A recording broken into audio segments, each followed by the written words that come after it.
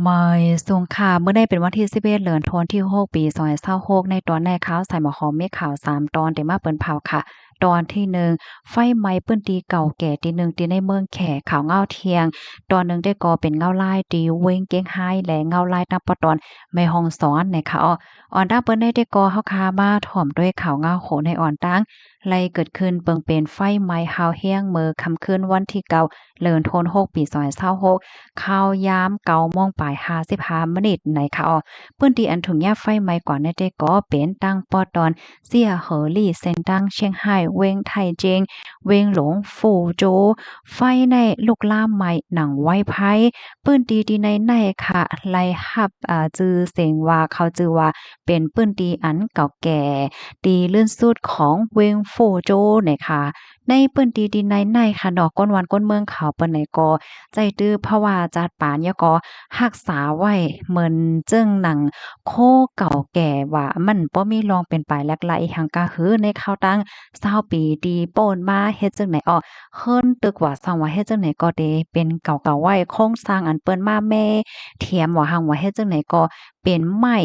จ้อมกิ่วจ้อมซ้อยหังเฮ็ดจังไหนก็มันเกียบๆค่ะก็เฮ็ดให้ไฟในลุกลามติดจับกันกว่าหนังไว้ไผ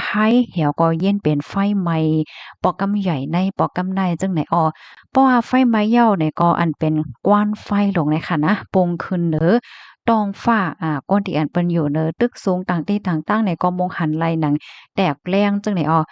เฮแลก้นวานในเปิ้นตีก็ว่าเลยยินเสียงเสียงโพงแตกขึ้นมาในหลายปอกหลายกำในค่ะนะเมื่อพ้องตีไฟตึกลุกลามไหม้อยู่นั่นตั้งฝ่ายภูมิพลพรเขาในก็เลยเอาตั้งโหลดแคหมอดไฟในหลาย10ลำค่ะเข้ามาใน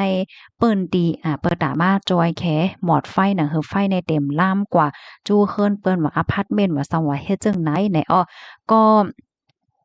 ไล่ใจเข้ายามอยู่มอก3ชั่วโมงเจอในเหจ่องก้อยกุ้มกำไฟไหลเฮ็ดจังไหนว่าหลังเซและเขาก็ทาดว่าสังว่าจังไหนยาวก้นอันรู้สิงสาใจและก้นหมาเจ็บได้ก็มีแต่เลยว่ากามลีแต่ที่ก้นวานเขาเหมือนจังว่าฮู้ว่าไฟไหม้ยาวไหนก็คีบแนดแล่นออกไปหนังไว้ไผจังไหนค่ะอยู่ดีผู้ใหญ่ก้นลงในเปิ้นตีและโครงการอันเกี่ยวข้องค่ะก็เลยลงกดทัดเปิ้นตีอันเป็นนั่นกำเหลียวเนาะเปิดตาปันรองง่ายหลมแลจอยเถียมเหลือเสนั้นก็หาเปิ้นตีอยู่เศร้าโจข้าวปันก้นหวานก้นเมืองอะไรฮับพรตุ้มย้อนในปอกำในลองตั้งดีอันเฮ็ดให้เป็นกว่าในเป็นย้อนก็เบอร์สังจึงหือในนั่นได้ก็ไหนอยู่ดีภูมิพลพรเขานั่นแต่กดทัดด้วยเถียงกำนึงเลยค่ะ ข้อมูลตอนนี้ก็คาเลยเปิงอิงเอามาดีโครงการข่าวเว้าฟอรัมต่างไว้ในค่ะเพราะว่าเฮาคามาด้วยอันจังไหนในคณะค่ะแต่ย้อนไขในอีกหนึ่งในเจ้ามันเต็มเหมือนกันได้ก็ฮู้ค่ะเนาะมันดังตีเมืองแขมันเป็นปื้นตีหนึ่งค่ะนะเป็นตีแอลแลเจอเสียงใหญ่เหมือนกันไหนเขาฮ้องว่าเว้งเก่าในค่ะเนาะเว้งเก่าที่เว้งเก่านั่นแหละว่าได้เป็นฟางห้างเฮิรนว่าอันที่เปิ้นห้างเคิงไว้จังเนี้ยมันก็ได้รักษาไว้เหมือนจังว่าเก่าๆเฮ็ดจังเนี้ยเนาะแล้วก็แทงฝ่ายหนึ่งมันก็อันล้อมรอบได้ก็เป็นเฮิรนตึกอันเปิ้นเอา อันเปิ้นสร้างหลายจั่นหลายหังเฮ็ดจังแหนก็มีหิมห้อมว่าหังว่าเฮ็ดจังนั้นแหละค่ะลูกดีข่าวเงาโฮดในสิแลกำในเฮาค่ะมารับถมด้วยข่าวเงาแทงตอนหนึ่งค่ะเนาะมาด้วยสายไหงเงาลายดีแม่ฮองสวนใน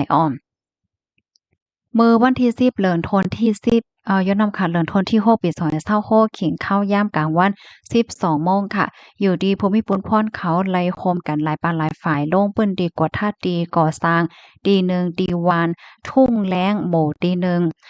แม่โคงเจเว้งแม่เสลียงเจดอนแม่ฮองสวนไว้หลังเสไล่ฮับเติงลาดหวา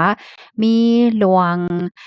หลวมอยู่เศร้าแลเหตุการณ์รวยอ่ำจ้อมเปิงเฮ็ดจังไหน เพราะว่าลงปืนดีกว่าทัดเหี่ยวในกอโฮบทบหันเฮียงการก้นเมืองคมตุ่มใน2กอค่ะตึกเหตุการณ์อยู่รวยมีไว้ขว้างเหตุการณ์บ่มีปนพ่อนเขาในกอจังไรยอบเอาหน่อเหี่ยวก็ว่าปันตั้งพิษว่าเป็นก้นยานเมืองเหตุการณ์รวยมีไว้ขว้างเหตุการณ์นั้นก็เหตุการณ์อันเจ้าเก่ามีส่วนไรเฮ็ดในหรือฉะนั้นก็เอาป้าตั้งพิษนายจางค่ะนะในตั้งพิษที่ว่าหาบก้นมีวัดมีไหวมาเหตุการณ์ค่ะยืดเอาป้าโคขวางเคิงใจตื้อค่ะเนาะเขาฮ้องว่ากบอันที่เปิ้นเฮ็ดไม้นั่นนะเฮ็ดไม้ไฟฟ้ามันสิมีเคิงไฟฟ้าที่เปิ้นเฮ็ดไม้นั่นน่ะเนาะอันนี้หนึ่งเคิงเฮ็ดจังไหนค่ะ ตั้งฝ่ายผู้มีปุนพรเขาในก็ไล่คับเขิงจอมหนังเปิงอันมีไหวเฮ็ดจังไหนออเปิดตาให้แห่งการยานเมืองในอยู่จอมปักเปิงเหี่ยวก็มีลองเฮ็ดตั้งสร้างอันนำจอมปักเปิงหมายมีว่าสังว่าเจ้าในเปิดตาสร้างลองมันกึ้มลองกัดเย็นนิมเศร้าในเปิ้นตีว่าไหนค่ะข้อมูลตอนในค่ะเลยเปิงเองเอามาตีเพจที่ทำการปกครองอำเภอแม่เสลียงต่างไว้ไหนค่ะกำในเฮาค่ะมาถ่วมด้วยข่าวเงาดีเวงเกงไฮ้ดีเว้งเก้งไห้ในผู้ใหญ่ก้นหลวงเขาอบโอ้กันเหี่ยวก็เปิ้นเตลุยกวาดทัดกวาดล่างแห่งการอ่ำจ้องปักเปิงไม้มีในค่ะว่าในว้ายหลังเสสื่อตรงโก้นอ่อนกันแช่แคบหางแห่งการยานเมืองลักหลวมเข้ามาหิมการหิมงานพี่น้องก้นไทยว่าสังว่าเฮ็ดจังได๋เหี่ยวก็เมื่อวันที่8เดือนธันวาคมปี2566นั่น แกมโพกว้านเจตวนเก้งไห้และตั้งฝ่ายเกี่ยวข้องไล่จัดเฮ็ดปางอบโอ้กันในเขาในปางอบโอ้ในอาคาอันตีเปิ้นเดขับเครื่องเฮ็ดสร้างกว่าในได้ก็เตมีอยู่ละลายตอนเหมือนเจ้งหนังกวดทัดลวงก้นรวมเข้าเมืองเนาะก้นที่อันเข้ามาที่ในเมืองเหี่ยวก็อำพานลานั่นขนาดเนาะอันแต่มันเพราะว่า